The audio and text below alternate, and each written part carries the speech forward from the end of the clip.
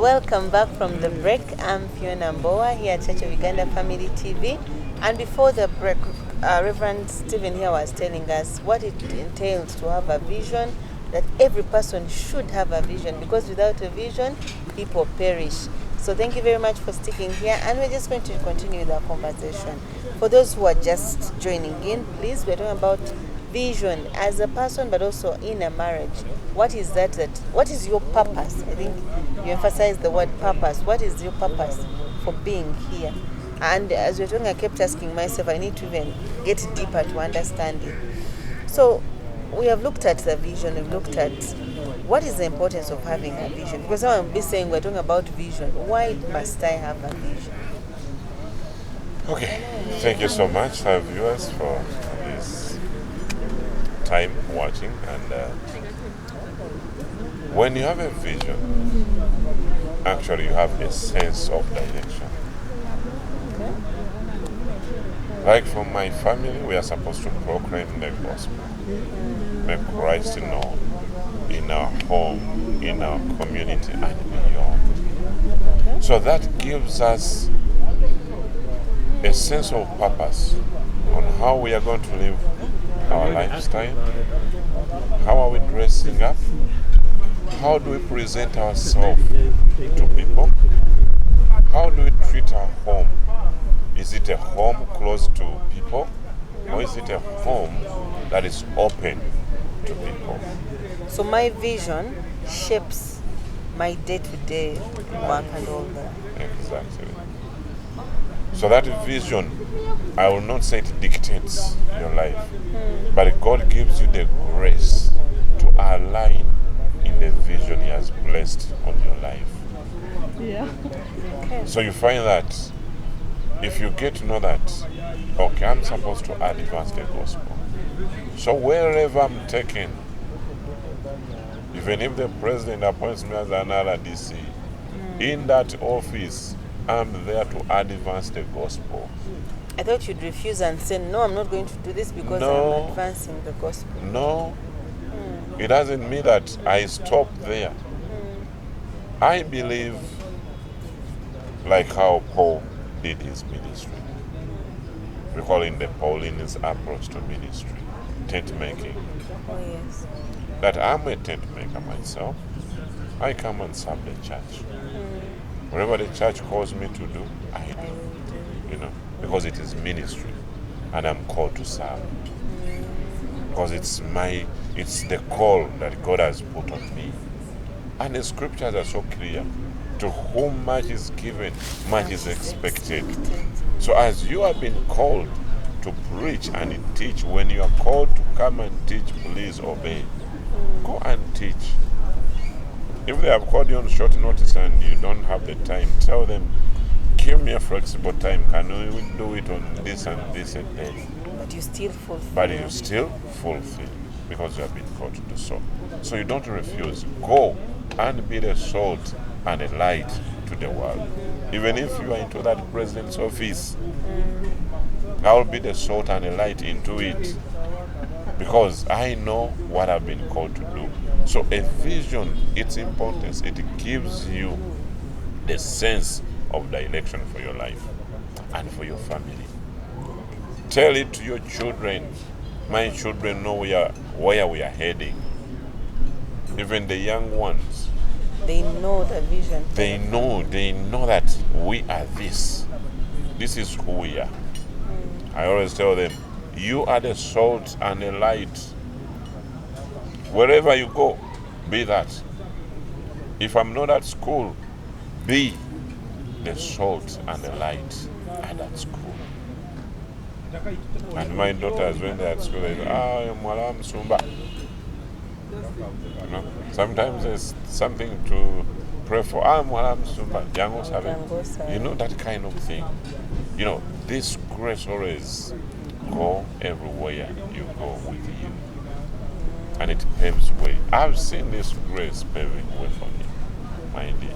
I've entered offices in this country and out of this country without even appointment. Because there's that grace upon your life. upon your life. Thank you, Stephen. Now, you talked about the other question I was going to ask about the family vision, because initially I talked about the vision of you as the head, and then I come in the picture and I should blend into your vision. Though that one we shall talk about it later, because I believe I can also have mine a bit. But how then does it become the family vision? Do we just sit down and say, you know what, as children, as people in this home, this is how we're going to make it work? Or do we actually listen to the head and form a vision as a family and follow that?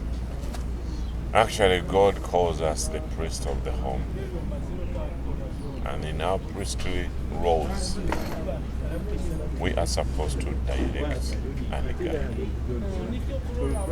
So when God came with that vision, before even I got married, so when I was dating my wife, I told her what it is that God has called me to do. And she found me actually even doing it. Because I was already in ministry. I was preaching, I was teaching, I was doing everything. So she knew what she was coming to do or what she was coming to support. And when the children comes on, we always guide them and tell them, you echo it. So we need to intentionally keep talking about it. Keep talking about it. Keep on emphasizing it. Keep telling it to your children. You tell it to your children. That's what it says in Deuteronomy. That teach your children about these words of the law every day. Not just when the year is beginning, or you write it somewhere and put it somewhere and say, maybe. So you need to continuously tell them. As they are moving out of the house, I'm the fashion inspector. I'm like, how is it that you are putting on? Is it reflecting? Does it reflect who we are? Does it preach the gospel? Or it is stumbling others? I envy your children, and in the near future they should. But it's a good thing. It's a good thing that we're doing. Can the vision be compromised? I think everything can be compromised if you don't stick to the giver. Because the visions we have, it's given by God. For me, I will speak to my experience. Yes. I will not speak for any other family. This is what God has given me. And this is what I need to account for. The Bible says that we shall go back and give an accountability of what this soul did in this body. Because I have a sense of purpose on why I'm still here. Why I didn't die in COVID. Why I have not been knocked and die instant as others are happening or things are happening. Which means every day I wake up to fulfill this vision. Every day. In everything I do, I need to fulfill. And visions are good. There's a vision for family. I have a vision for business. My mission for business is to foster integrity in every business transaction. To make the business world a safer place to invest in. It's my mission statement for business. So there's a vision for everything.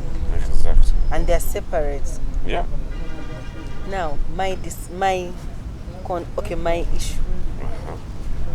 I think it was before we were discussing with someone, and they said if the man has no vision, it is on you as the wife to actually have a vision, because the home needs a vision.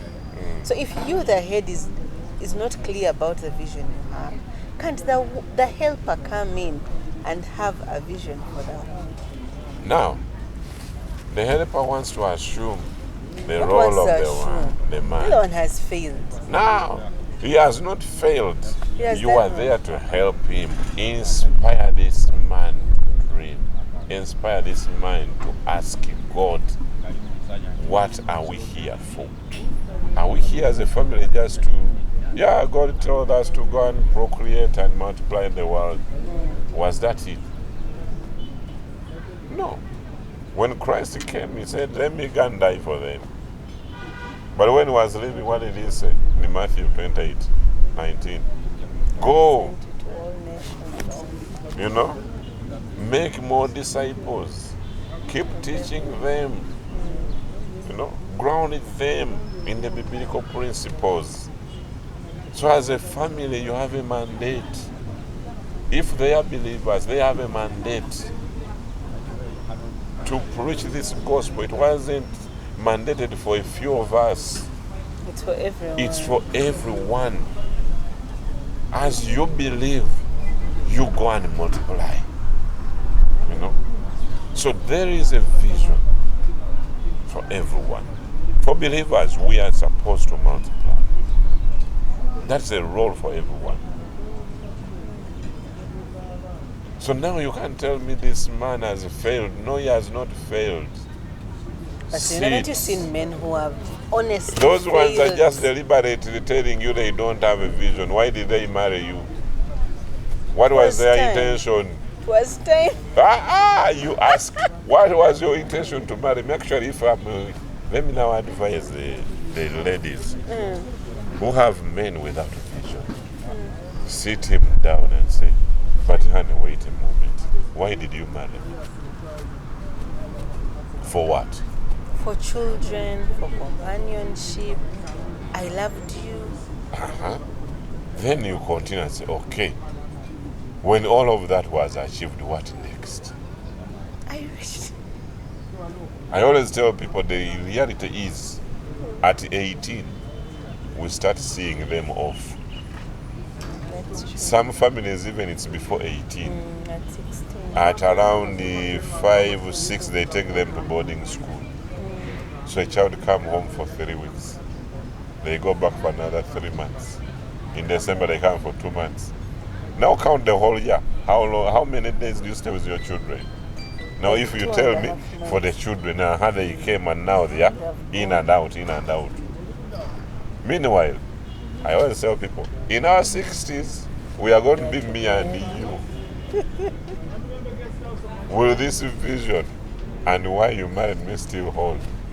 Because now for the children, yes, they have gone. They are in their own families. Even them too, they have gone. They have gone. So what keeps us together? It's something to think about. What keeps us together? If we know that what keeps us together, God called us as a family. However, it was me. But now as the lead in this family, as the priest in this house, we need to be proclaiming this gospel. We need to be advancing this gospel. It's part of us. Even in our 60s when we are just two, oh honey, let's go for a mission. Let us keep ourselves busy. Let's go and help these needy ones. Let's have couples to walk with in marriage. Because my wife has that call on her life. To walk with couples. You know, encourage these young ladies how to hold on, how to be in there, fight for your marriage. She has that,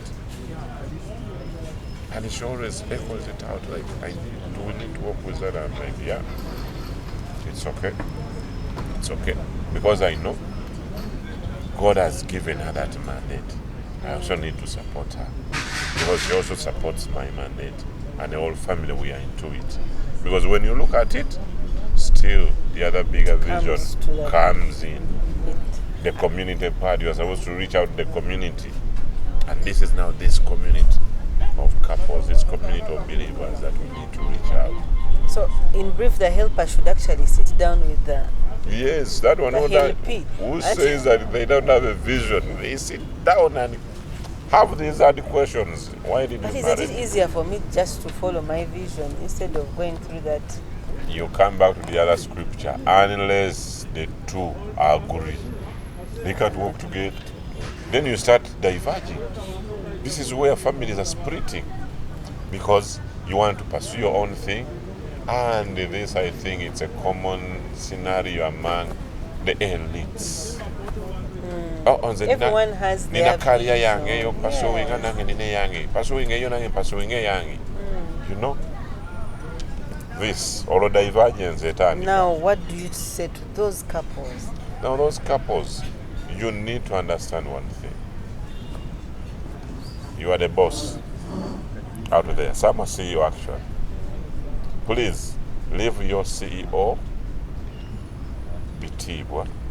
Allow me to use some Luganda. It is okay, by the way. Okay. Any language is okay. Yeah. Ebitiibwa byo nga CEO. Buli omu wakuvunnamira. Please. Tuyambe. Birekengayo ku mulimu. When you come home, be a wife. Be a mother. We need you. And now they have this issue. Bringing office work at home. Actually, at office, I'm being. No. We need you as a mother. We need you as a father. When you are at home, give us time. With the children, we want time. Let me now speak for the children. We want time. For me, I reach home and they will jump on me. I will carry them. We will do all what a father needs to do. I become a baby like them. We can even crawl on the ground. They can jump on me. And my dear, they wait for me before they go to sleep. And they will be on the door and tell Mommy, Daddy, we are waiting for Daddy. You know? So when Daddy comes home, they will jump, we will have our fun, and a few minutes, they have slept. So I should put my vision as a woman, even when I'm a career woman and I'm all there, I need to be able to submit under the vision of the man, the head of the home. Please, he's the head of the home. Be submissive. And when Paul writes to the Ephesians in chapter 5 and tells them about the duties, he emphasizes one thing. That sometimes the men, you know, as a men, we look at this whole long list when he's addressing the women. And we are like, okay, we are the bosses. You know? He says one thing that I always echoes to my mind. Love your wives. My dear, when you love your wife, you should be submissive. That's true. There's a friend of mine, he said a statement one day that you give to her until she fails to say no. Repeat that one because I think our viewers need to hear that very well. You give to her until she fails to say no. But that involves love. You can't give what you don't have. You can't give the love that you don't have. That you don't have. You know? You can't even give the time that you don't have. But in marriage, you need to create that time, my dear. However busy you can be. For me, if I sleep too much, only 4 hours among the 24 hours. Really? Yes.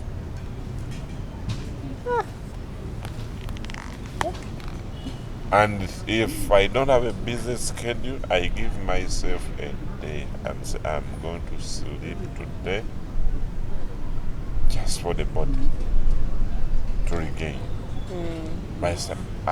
If I go to bed at around midnight or 1, by 3 I'm awake. The body dictates before even the alarm goes on. It gets up. It dictates. Sometimes the Holy Spirit wakes me and I say, you have work to do. Because I need to stay in God's presence, I need to get a word.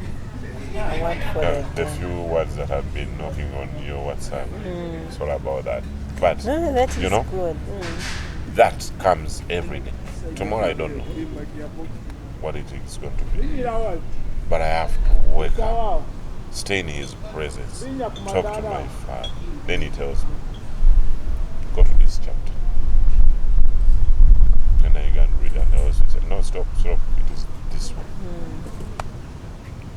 And He gives me the explanation to it. Wow. So now she has to endure about morning glory. Then you do what? So she came knowing this guy, this period of time, is him and his father, you know? And those are the sacrifices she has said. So, someone out there would be asking, in case of, like, if we have an issue as a marriage, and it may not align, maybe what I need right now may not align with the vision.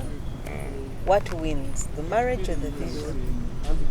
Okay, now that's an issue of conflict in a marriage. Now, resolving conflict in a marriage, always talk. Please. Talk. Bring your issues out. If there are programs you have on the door in the week, bring them out on the table. This one has come up, and it must be at that time when you're when you're at the pulpit. Maybe not a pulpit, maybe you're going for a mission and something has come up and we need to handle this. Please have time for the family. Have time for the family. This is what I always tell people about family. God first. Family second. Church, the honest truth, you are third. On my ladder. I don't know what other pastors or other reverends will do. And I think it should actually be like that. It's God, to me, first. Family, second. The church, you are third. Even if I'm on the pulpit and they say there's an emergency with the family, my wife or my daughter, someone will stop there. I'll tell them, guys, I have an emergency. God has to sit. This has to pause. It's a word God has given to me. I've already written it down, so I can even add on it. Then we can attend to family. So please, men out there, my fellow men, let us learn to prioritize family. Sometimes our work has gone beyond family. That's true. We prioritize work. That's why we don't like being pastors' wives. Family. And that's why our sisters don't want to be for pastors' wives. Church is Now, important. for us, sometimes it's our weakness, but now there are corporates whose work, whose career is now more than family. So they will do anything for work than for family. And this is now breaking up families. So we really need to be sensitive on what we need to do, when and where. But in this order, to me, God first, family second, church third. So when something comes and there's a mission is going to pause. And I will see, so what is family need at that point? Do I need to delegate? I will delegate. Do I need to be the one driving them? I will ask them, are you comfortable? I give you so and so. He's a good driver. Yeah, we're okay. He drives. Then I can go and continue the mission. It's all about understanding. Bring it on the table. Communicate it. Don't die with it. Communicate it. Then I see which logistics works well and well. Wow. Thank you very much, Reverend Pastor Stephen, for this discussion. As we come to an end of this, for our viewers out there, what do you have for them to remember out of this whole conversation about vision and mission and those big words? Oh, no, they are not big words. These are godly words because they are all in the Bible. Yes. And because we have seen in Proverbs 29:18 that where there is no vision, people perish. Yes. You know, Solomon was wise to put it out for us there. And for our viewers out there, please sit down and have a vision if you don't have it. Ask God for why you are here on earth. He will tell it to you. He will show it to you. Wife, ask that husband to whom you think he has failed to have a vision. Ask the hard questions why he married you. And if it's for the children, what will he do when they are gone? Because they will go.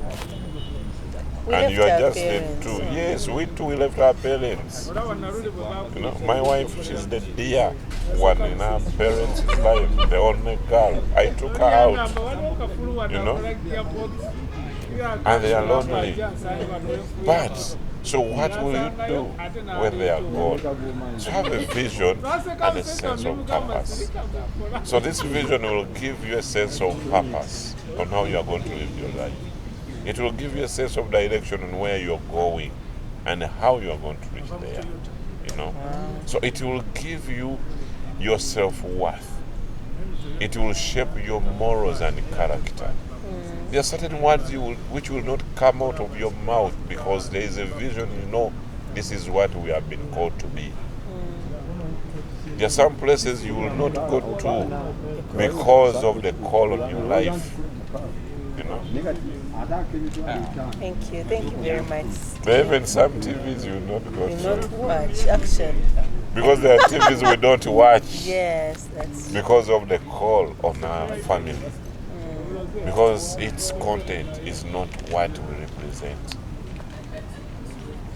Hallelujah. Thank you, sir. Thank you very much, Reverend Stephen. It's been an honor having you. Thank you for your time. And for our viewers, the only question I can leave with you today is, what is your vision? What's the purpose as to why you woke up an extra day today? Ask yourself, ask your partner, be able to talk about these things so that we know what are we doing on earth. Not just waking up and being there, but what is our purpose as to why we are on this earth. Thank you very much for watching. I'm Fiona Mbowa here at Church of Uganda Family TV.